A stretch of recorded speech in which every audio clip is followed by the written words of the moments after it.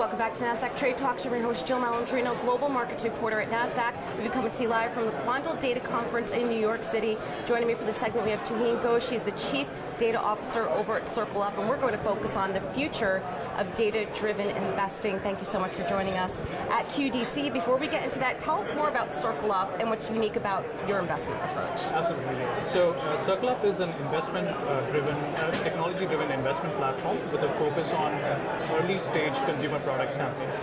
So we provide working capital financing as well as equity financing to these early-stage consumer companies.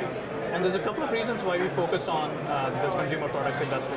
So we've all followed like the news around Kraft Heinz and how they had to take a major sort of write down on their assets, on their brands.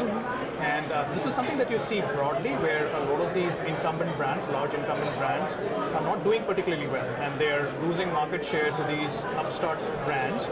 The consumer is changing significantly. The consumer wants more organic, locally sourced products which tailor to their specific taste. And these early stage, these entrepreneurs are much better at adapting to the consumer than the stodgy brands are. So we think there's a huge opportunity there. This is also creating a really sort of vibrant exit market for these early stage consumer companies. Now, having said all of that, what also motivates us is the fact that despite all of these favorable dynamics, it's incredibly hard for these early stage consumer companies to find capital, to access capital, partly because of the geographical dispersion of this industry. Now, also as a data person, it's a really data-rich ecosystem, which is fascinating and it really sort of excites me because in this world, everybody is incentivized to put out data about their products, about their brand engagement, about where they're selling, about what the packaging of the product is. This is unlike any other sector that I know.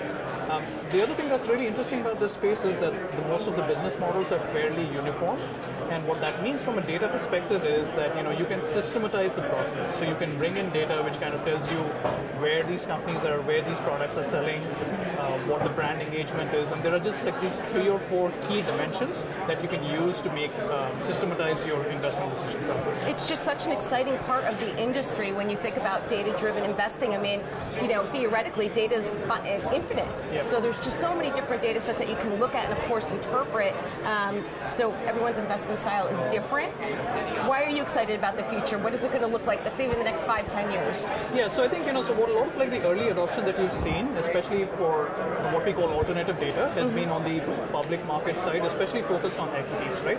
Now, the thing with when you focus on the alternative data and the signal that you can extract for public market investing, that information edge generally tends to get arbitraged away very quickly. So it's not very persistent. And so a lot of like the early applications that you've seen have been for really high frequency like strategies, right? Now what you've seen also at this conference is that like increasingly the emphasis is more on longer term themes, right? Using data to extract those longer term themes. So you see that in the public markets with commodities, fixed income, and even equities focus on the long term. We, of course, what excites me is that when it comes to private markets, the fact that none of the data vendors have been particularly focused on the incredibly sort of unstructured, messy data that you have to collect from all these different sources. So no one's really done this in the private markets as much as what's been done in the public markets. And so that creates an opportunity for applying data and machine learning to these vast areas of the market which are significantly more inefficient than public markets are. So I would imagine that's one of the key challenges working with private markets versus public markets. So how are you approaching these different kinds of challenges? Yeah, so I think so one of the key challenges that I alluded to earlier was the fact that the data comes from disparate sources. So there are no centralized sort of data vendors.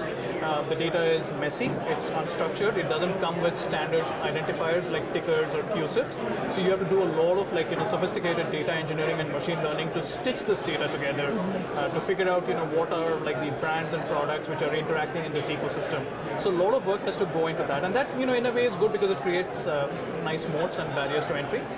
But the other sort of key challenges are that the feedback loop in this market, right, in the private markets, because when you're doing venture capital investments, you're looking at a horizon of 5 to 7 to 10 years, right? Right. So as opposed to when you're doing high frequency trading or even when you're looking at the next quarter's earnings, the feedback loops are much more, are much tighter. Right. So that's actually one of the big challenges is that how do you kind of, despite these long feedback loops, how do you make your models better? How do you make your data sources more efficient?